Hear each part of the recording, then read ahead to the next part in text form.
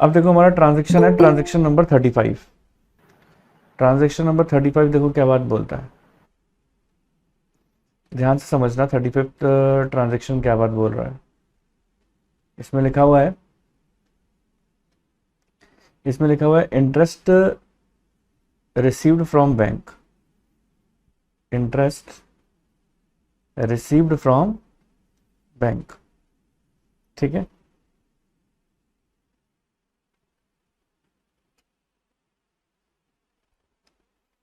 From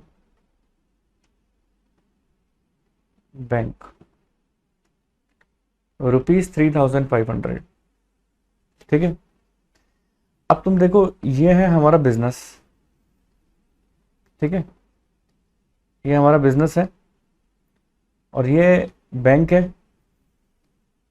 ठीक है, इसी बैंक के अंदर हमारा खाता है। ठीक है, हमारा बैंक अकाउंट इस बैंक के अंदर है। ठीक है, अब ध्यान से सुनना बात मेरी। अब बिजनेस क्या काम करता है, देखो जब बिजनेस में हम रेगुलर बेसिस पे पैसे जमा कराते हैं। आपको पता होगा ना, कई बार पापा भी बोलते होंगे कि एफडी करा रखी है हमने, फिक्स डिपॉजिट्स, है ना। तो बैंक में पैसे जमा करते हैं अपन, है ना। तो जब आप बैंक में पैसे जमा करते हो तो बैंक उसके ऊपर हमें क्या देता है, इंटरेस्ट देता है ना। इंटरेस्ट मतलब पैसा देता है, एक्स्ट्रा पैसा।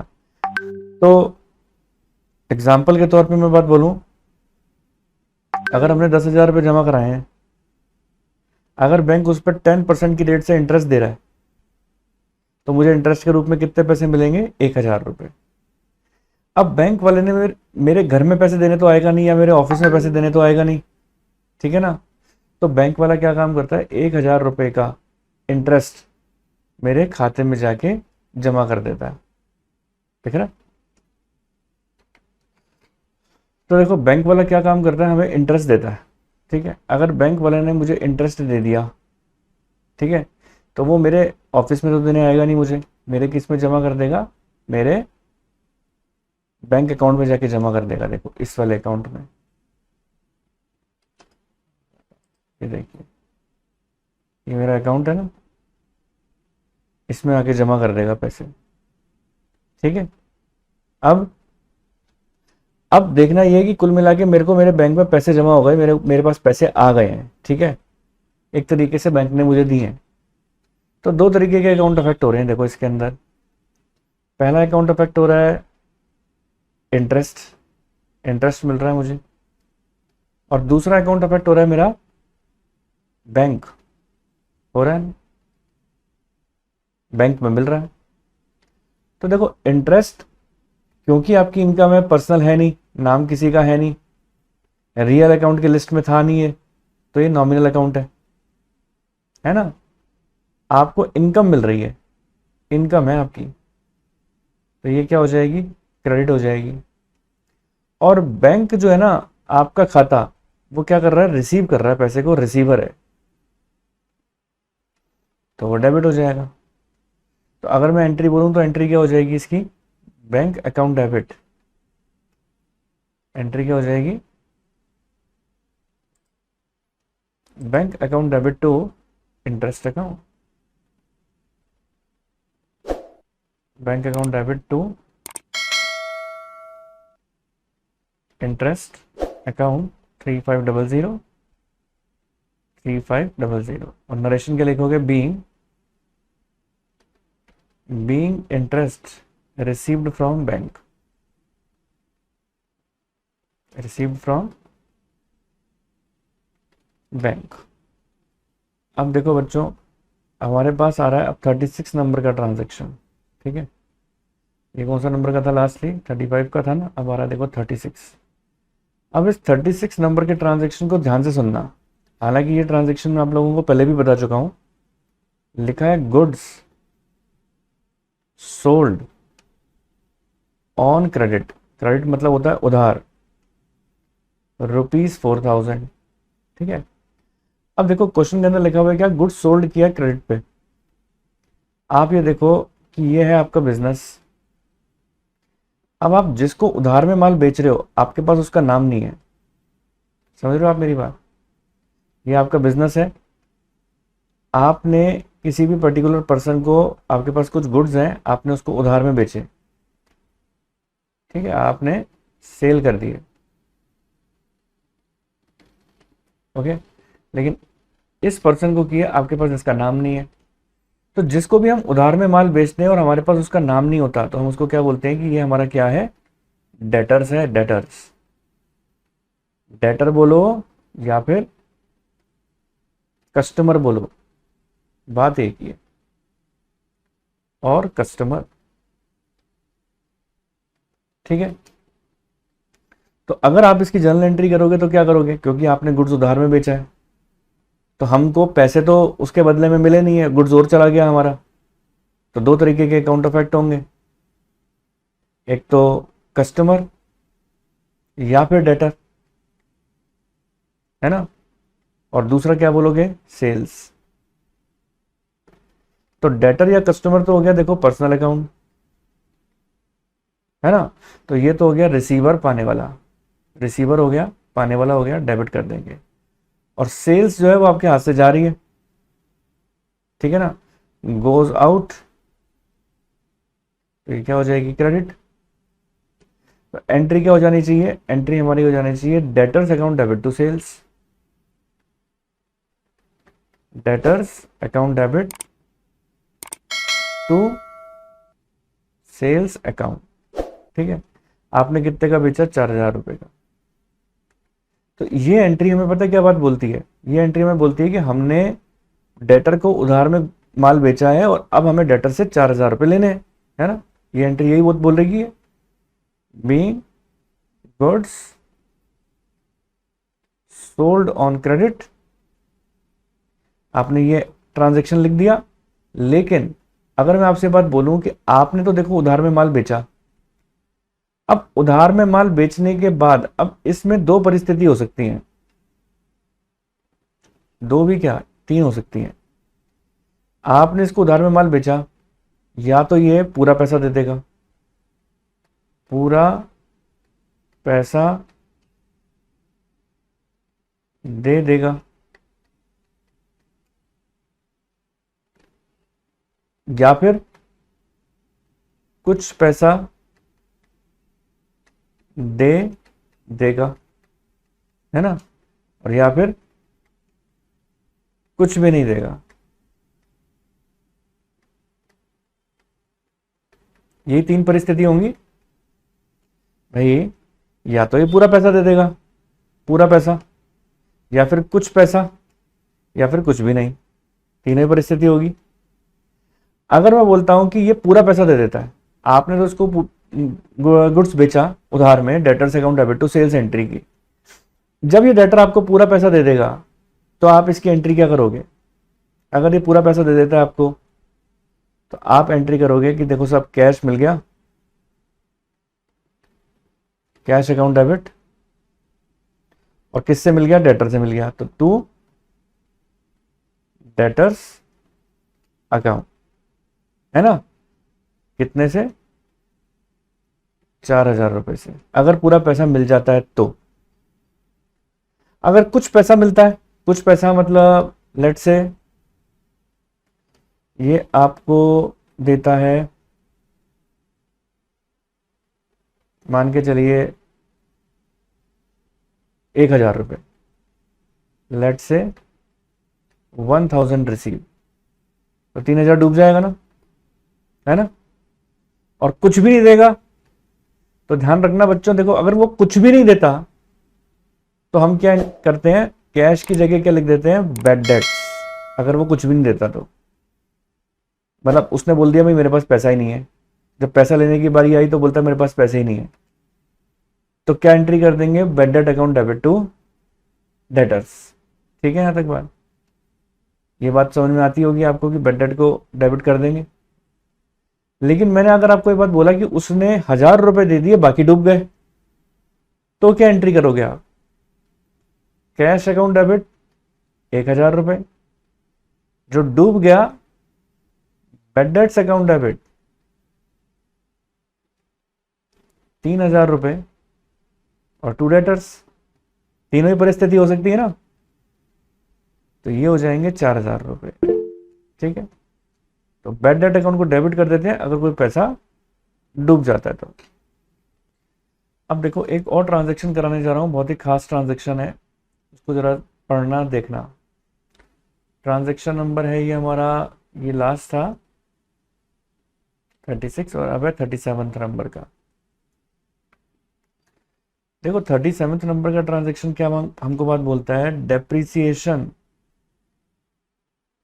Depreciation charged on fixed assets, charged on fixed assets, ठीक है ना। Fixed assets costing ₹2,00,000, depreciation rate at the rate 10% per annum. अब पहले तो ये समझ लो फिक्स्ड एसेट्स किसे बोलते हैं, है ना। जैसे देखो अगर हम अपने बिजनेस के अंदर कोई भी ऐसी एसेट खरीद के आते हैं जिसको हम यूज करेंगे कम से कम 1 साल से ज्यादा, तो वो हमारी फिक्स्ड एसेट्स कहलाती है, जिसको 1 साल से ज्यादा आप यूज करोगे, है ना। अब आप अपने बिजनेस के अंदर मान लो आप एसेट खरीद कर आते हो, आप अपने घर का एग्जांपल ले लो ना। कल को मान लो अगर आप अपने बिजनेस के अपने घर के अंदर कोई मोटरसाइकिल खरीद के आए या अपनी कोई टू व्हीलर खरीद के आए, एक्टिवा खरीद कर आए, मान के चलो वो एक्टिवा 50,000 रुपीज की अगर आती है और उसको 1 साल बाद बेचने जाओगे या 2 महीने 3 महीने बाद भी बेचने जाओगे तो क्या 50,000 की बिक जाएगी? आंसर है नहीं। आप अपने मोबाइल को ही ले लो, आपने अपना मोबाइल खरीदा 25,000 का, ठीक है, 3 महीने यूज किया, अब आप बेचने जाओगे तो क्या 25,000 का बिक जाएगा? आंसर है नहीं। वो नहीं बिकता है, उसके पीछे कारण क्या होता है? उसके पीछे कारण यही होता है क्योंकि उसकी वैल्यू में ऐसा माना जाता है कि कमी आ गई, हमने उसको जो यूज किया उसकी वैल्यू में कमी आ गई। तो यही चीज हमारे बिजनेस के अंदर भी है। हम अपने बिजनेस के अंदर जब कोई भी एसेट खरीद कर आते हैं, ठीक है, हम अपने बिजनेस के अंदर कोई भी एसेट खरीद के आते हैं तो वो एसेट की कीमत में कहीं ना कहीं क्या होती है? कमी आती है, ठीक है। जैसे मान के चलो आपने मशीन खरीद ली, आपने अपने बिजनेस के अंदर ही मशीन खरीद ली। अब मशीन को अपन रेगुलर यूज करेंगे, तो अब रेगुलर यूज करने पर ऐसा माना जाता है कि इस मशीन के ऊपर 10% पर एनम की रेट से गिरावट आ रही है, गिरावट, है ना, सालाना गिरावट है। आपने मशीन की कीमत थी आपकी 2 लाख रुपए की और इस पर 10% की रेट से सालाना अगर गिरावट आती है तो मशीन की कीमत में कितनी गिरावट आ जाएगी? 20,000 रुपए की। तो ये जो 20,000 रुपए है ना, यही आपके वो डेप्रिसिएशन है। अब ये देखो ये जो गिरावट आती है ना, ये गिरावट में हमको उठा के किसी को पैसा देना नहीं पड़ता, ये तो हम अपने मन में सोच लेते हैं कि हम अपनी एसेट खरीद कर आए और उसकी कीमत में कमी आ गई। आज अगर आप कोई अपनी बाइक खरीद के आते हो या एक्टिवा खरीद कर आते हो, है ना, 2 लाख रुपए की कोई बाइक खरीद कर आए, अगर उसकी कीमत में कमी आ गई तो वो आप अपने मन में सोच लेते हो ना कि हाँ 1 साल बाद उसकी कीमत 1,80,000 रह गई। या आपने मार्केट में जाके पूछो भाई साहब ये 1 साल बाद अब कितने में आप इसको खरीदोगे, ठीक है ना। तो वो आपको क्या बात बोलेंगे कि ये इसको हम 1,80,000 में खरीदेंगे, तो आप ये सोच लेते हो कि हाँ 20,000 की हमारी गिरावट हो गई। लेकिन वो 20,000 रुपये हम उठा के किसी को देते थोड़ी ना है, नहीं देते ना। बस वही बात है कि हम ये मानते हैं कि इस ऐसे केस के अंदर डेप्रिसिएशन में 2 तरीके के काउंटर इफेक्ट होंगे। एक होता है हमारा डेप्रिसिएशन और एक होता है हमारा फिक्स्ड एसेट्स, ठीक है। अब फिक्स्ड एसेट्स ऑब्वियस सी बात है, याद रखना एसेट्स की कीमत में अगर कमी आती है ना, एसेट्स की कीमत में अगर कमी आती है तो वो हमेशा क्रेडिट होती है और बढ़ती है तो हमेशा डेबिट होती है। अब एसेट्स क्या होती है तो मैं आपको बता ही चुका हूं, जैसे कैश, आपकी बिल्डिंग, है ना, मशीनरी, फर्नीचर, ये सब एसेट्स होती हैं। तो डेप्रिसिएशन है आपका ये नॉमिनल अकाउंट, आपका एक्सपेंस है, लॉस हो गया ना, क्योंकि कहाँ तो आपकी मशीन की कीमत 2 लाख रुपए थी, अब कहाँ आपकी मशीन की कीमत 1,80,000 रह जाएगी, है ना। तो ये डेप्रिसिएशन आपका नुकसान है, डेबिट हो जाएगा और एसेट की कीमत इससे घट रही है, और मैंने ऊपर बताया एसेट की कीमत घटती है तो क्रेडिट हो जाती है ना। तो एंट्री क्या हो जाएगी इससे, depreciation account debit to fixed assets, depreciation account debit to fixed assets, ठीक है। और ये एंट्री हो जाएगी 20,000 से हमारे इस क्वेश्चन के हिसाब से। और क्या लिखोगे, being depreciation charged on fixed assets, charged on fixed assets। अब देखो बच्चों, एक और अच्छा ट्रांजैक्शन है, देखो जो आगे आ रहा है 38 नंबर का, अब ध्यान से देखना इसको भी। अब ये 38 नंबर का देखो ट्रांजैक्शन क्या बोलता है, हमने मशीन परचेज की, machine purchase,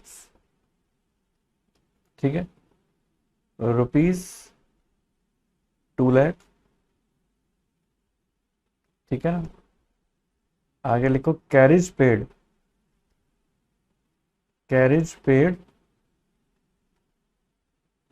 ₹10,000 on it's purchase.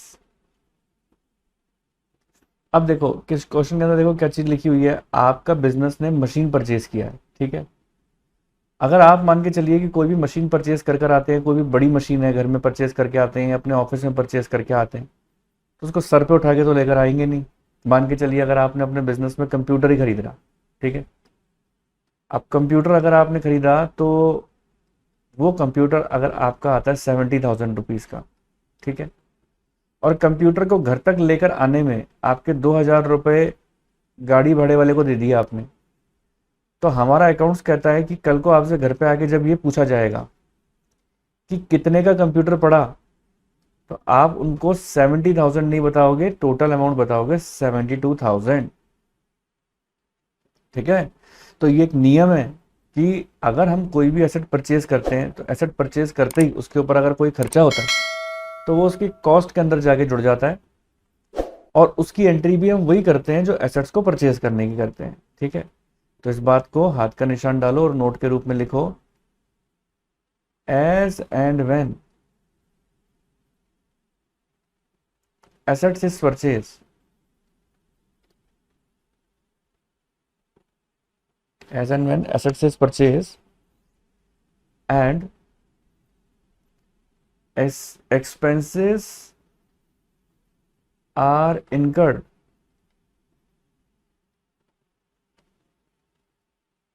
to put the assets ready to use. अगर आप मतलब कोई भी ऐसा खर्चा करते हो तो वो खर्चा इतना जरूरी है ताकि वो एसेट्स को आप put to the assets ready for use कर सको। मतलब वो एसेट्स रेडी फॉर यूज तभी हो पाएगी जब आप उसका खर्चा करोगे वो। अब आप बताओ कि हम अगर कैरिज का खर्चा नहीं करेंगे, गाड़ी भाड़े वाले को अगर हम ये 2,000 रुपये नहीं देंगे, तो क्या हम उस कंप्यूटर को घर पे लाके यूज कर सकते हैं? नहीं कर सकते ना, हाथ पे उठा के थोड़ा लेकर आएंगे, सर पे उठा के। कई सारी ऐसी मशीनें होती हैं जिनको अपन सर पे उठा के ऐसे लेकर नहीं आते, बड़ी मशीनें होती हैं, तो उसको पुट टू यूज बोलो या रेडी टू यूज बोलो, है ना। Put the assets ready to use करने के लिए हमें कुछ खर्चा करना पड़ता है, तो उसकी एंट्री भी आप वही करते हो जो एसेट्स को परचेज करने की करते हैं। तो इसलिए मैंने लिखवाया, as and when asset is purchase and expenses are incurred to put the asset ready for use, है ना। आगे लिखो, in that case the entry for expenses is same as purchase of assets। तो एक्सपेंस की entry भी वही होगी जो परचेज की एंट्री हुई है। अब आप बोलोगे सर जैसे ऊपर एग्जांपल दिया, अब आपने मशीन परचेज किया, तो अब आप इसकी एंट्री क्या करोगे इसकी entry, machine account debit to machine account debit to cash, कितने रुपए से, 2 लाख रुपीज से। और ये जो कैरेज पेड किया है आपने, इसकी एंट्री क्या करेंगे, परचेज करते ही जो अपन ने इसकी कैरेज पे कर रहे हैं, इसकी एंट्री भी आपको machine account debit to cash करनी पड़ेगी।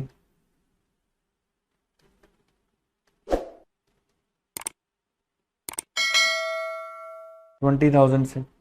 तो दो अलग अलग एंट्री करने की बजाय ये बेहतर है कि इन दोनों एंट्रियों को हम कंबाइंड कर लें, है ना। तो अगर इसकी कंबाइंड एंट्री करूं तो क्या हो जाएगी, कंबाइंड एंट्री करूंगा तो देखो मशीन मशीन डेबिट हो गया, ये 2 लाख है, ये 20,000 है, तो मशीन अकाउंट डेबिट 20,000, और कैश 2 लाख है 20,000 है, तो to cash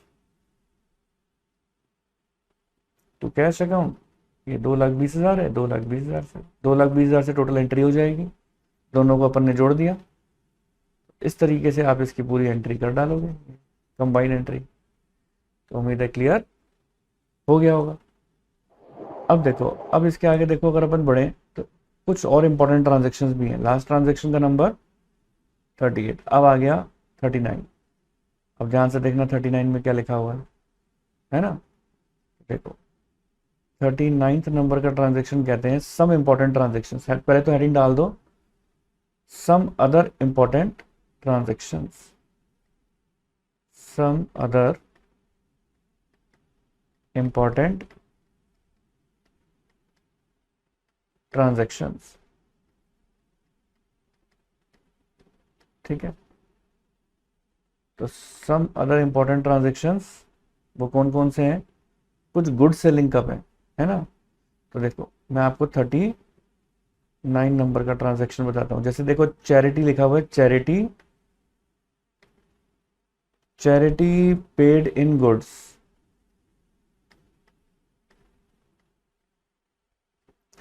charity paid in goods ₹4,100। अब नॉर्मल देखो चैरिटी बोलते हैं दान को। अगर नॉर्मली अगर आप एंट्री करते हो चैरिटी पेड की, तो हम क्या एंट्री करते हैं, चैरिटी हमारा एक्सपेंस है ना, तो चैरिटी अकाउंट को डेबिट कर देते हो और कैश अकाउंट को क्रेडिट कर देते हो, है ना। लेकिन एक चीज ध्यान रखना, यहां पर कैश में नहीं हुआ है ट्रांजेक्शन, ठीक है। क्या बोल रहा हूं मैं, कैश में नहीं हुआ, किसमें हुआ है, गुड्स के अंदर। हमने पेमेंट किसके अंदर की है, गुड्स के अंदर। तो इसमें दो तरीके के अकाउंट अफेक्ट हो रहे हैं, कौन कौन से, वही एक चैरिटी और एक परचेज। जब भी आप पेमेंट गुड्स के अंदर करोगे, याद रखना कभी भी कैश नहीं आएगा, हमेशा क्या आएगा, परचेज आएगा, पेमेंट जब भी करोगे आप गुड्स के अंदर। तो चैरिटी हो गया आपका रियल अकाउंट, और परचेज हो गया आपका, सॉरी चैरिटी हो गया आपका नॉमिनल अकाउंट, और परचेज हो गया आपका रियल अकाउंट। चैरिटी नॉमिनल और परचेज है रियल। तो नॉमिनल अकाउंट क्या कहता है, ऑब्वियस सी बात है, हम चैरिटी का पेमेंट कर रहे हैं तो ये एक्सपेंस ही तो है हमारा, तो डेबिट हो जाएगा। और परचेज यानी गुड्स आपके हाथ से जा रहा है तो वो क्रेडिट हो जाएगा, क्योंकि हम पेमेंट कर रहे हैं, है ना। तो बेसिकली आपकी एंट्री क्या हो जाएगी, जो डेबिट होता है उसको पहले लिखते हैं, एंट्री हो जाएगी charity account debit to purchase account, charity account debit to purchase account 4,100 और नरेशन लिखोगे being charity paid in goods, being charity paid in goods. अब हम बात करेंगे 40 नंबर के ट्रांजैक्शन की। अब ध्यान से सुनना, लिखा है goods withdrew from business for personal use. देखो ट्रांजैक्शन लिखो पूरा, goods withdrew from business for personal use, ठीक है, 4,300। अब आप एक बात बताओ, यहां पर भी वही बात आ रही है कि विड्रॉ क्या हो रहे हैं, पर्सनल यूज के लिए गुड्स। अगर आपको याद है पर्सनल यूज होता था तो ड्राइंग्स अकाउंट बोला था मैंने आपको, है ना। तो ये बात तो कंफर्म है कि यहां पर पहला ड्राइंग्स अकाउंट अफेक्ट होगा, लेकिन पहले जो हम विड्रॉ कर रहे थे वो पर्सनल यूज के लिए कैश विड्रॉ कर रहे थे, इसलिए दूसरा अकाउंट हम कैश मानते थे, है ना। लेकिन यहां पर हम दूसरा अकाउंट कैश नहीं मानेंगे, क्या मानेंगे, मैंने बताया था जब भी गुड्स में विड्रॉ करते हो तो हम क्या मानते हैं, परचेज, है ना। तो ये क्या हो जाएगा हमारा, वही जैसे अगर अपन डायग्राम लेके देखें, ठीक है, आपने अपने बिजनेस में से आपने पर्सनल यूज के लिए, आप कौन है, प्रोप्राइटर, आप प्रोप्राइटर हैं, पर्सनल यूज के लिए गुड्स विड्रॉ कर रहे हो, ठीक है, कैश नहीं, गुड्स। तो आपका नाम क्या हो जाएगा, ड्राइंग्स, ठीक है, ड्राइंग्स हो जाएगा क्योंकि अपन पर्सनल यूज के लिए निकाल रहे हैं। तो ड्राइंग्स जो है वो तो रिसीवर हो गया, रिसीवर क्योंकि पर्सनल अकाउंट है, डेबिट हो जाएगा। और परचेज क्या है, रियल अकाउंट है, जा रहा है, क्रेडिट हो जाएगा। तो एंट्री क्या हो जाएगी, drawings account debit to, drawings account debit to purchase account 4,300, 4,300 being withdrew goods for personal use।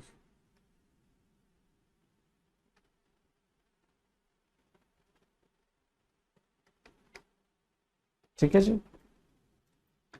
अब देखो, अब इसके अंदर पता है किस तरीके का ट्रांजैक्शन है, अब आप आओ देखो 41 नंबर के ट्रांजैक्शन के ऊपर। अब मैं आपको एक बात बताने जा रहा हूं, सैलरी जैसे लिखा है salary paid in goods, paid in goods rupees 4,100। Usually salary कैसे कैसे पेमेंट करते हो आप, कैश में करते हो ना। जैसे मान के चलो ये आपका बिजनेस है ना। अब आप अपने बिजनेस में आप अपने एम्प्लॉय को, आपका कपड़े का काम है, मान लो शर्ट्स का, शर्ट्स का काम है आपका। अब आप अपने एम्प्लॉय को यूजुअली क्या दिया करते थे, कैश दिया करते थे एज अ सैलरी। अब की बार आपने अपने एम्प्लॉय को सैलरी पे करनी थी, आपने उसको क्या बोल दिया, कैश की जगह शर्ट्स ले जा मेरे से, चल, तो गुड्स ही उठा के दे दिया, है ना। तो अगर ऐसी स्थिति आ जाती है कि आप अपने एम्प्लॉय को जो है गुड्स में सैलरी पेमेंट कर रहे हो, तो दो तरीके के अकाउंट अफेक्ट होंगे, एक सैलरी और दूसरा परचेज। सैलरी क्या हो जाएगा आपका, सैलरी है nominal account,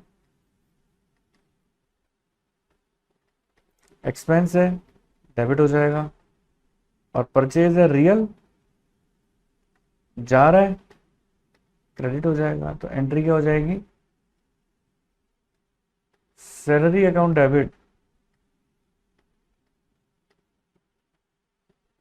to purchase account, कितने से हो जाएगी, 4,100।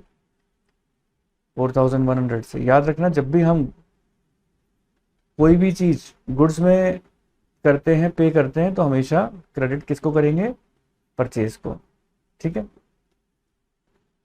अब देखो एक और ट्रांजैक्शन है और उसको आप इंपॉर्टेंट लगा लेना। ये है 40, पहले वाला था 41 नंबर का ना, ये 42 नंबर का ट्रांजैक्शन है। लिखा है goods destroyed by fire.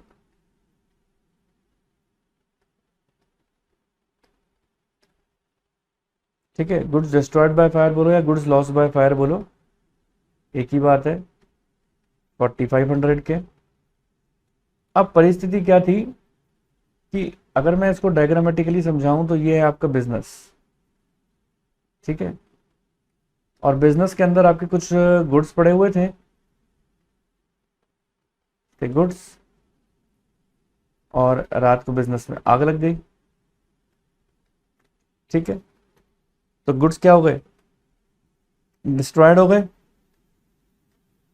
Destroyed by fire हो गए। तो अब आप इसके अंदर दो तरीके के अकाउंट अफेक्ट करोगे। पहला तो लॉस बाय फायर, तो लॉस बाय फायर है आपका नॉमिनल अकाउंट और आपका एक्सपेंस है, नॉमिनल है, एक्सपेंस है, डेबिट हो जाएगा। और बी आपका क्या है, ये परचेज, क्योंकि गुड्स जा रहा है ना, रियल अकाउंट है, जा रहा है, ठीक है ना, क्योंकि ऑब्वियस सी बात है, गुड्स लॉस्ट हो गए तो गुड्स तो चले गए ना आपके हाथ से, तो क्रेडिट हो जाएंगे। तो एंट्री क्या हो जाएगी, loss by fire account debit to purchase account 4500 being goods destroyed by fire।